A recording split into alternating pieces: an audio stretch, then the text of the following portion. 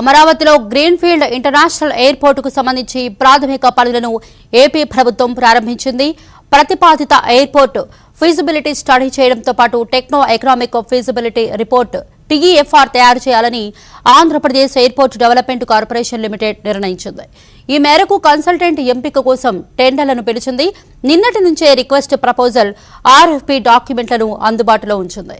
ఇవాళ నుంచి 21వ తేదీ వరకు ఆన్లైన్లో బిడ్లను స్వీకరిస్తారు. కన్సల్టెన్సీ పని 32 వారాల్లో పూర్తి చేయాల్సి ఉంటుంది.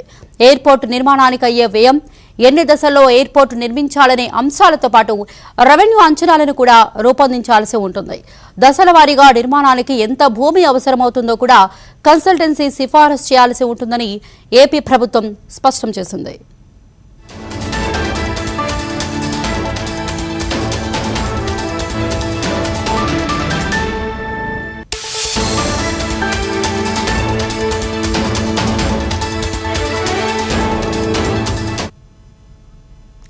అమరావతిలో గ్రీన్ఫీల్డ్ ఇంటర్నేషనల్ ఎయిర్పోర్టుకు సంబంధించి ప్రాథమిక పనులను ఏపీ ప్రభుత్వం ప్రారంభించింది.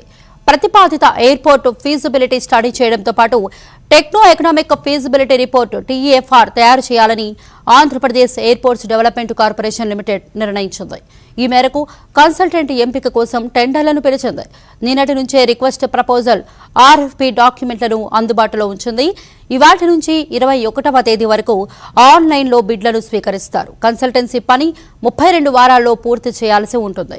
ఎయిర్పోర్టు నిర్మాణానికి అయ్యే వ్యయం, ఎన్ని దశల్లో ఎయిర్పోర్టు నిర్మించాలనే అంశాలతో పాటు రెవెన్యూ అంచనాలను కూడా రూపొందించాల్సి ఉంటుంది. దశల వారీగా నిర్మాణానికి ఎంత భూమి అవసరమవుతుందో కూడా కన్సల్టెన్సీ సిఫారసు చేయాల్సి ఉంటుందని ఏపీ ప్రభుత్వం స్పష్టం చేసింది.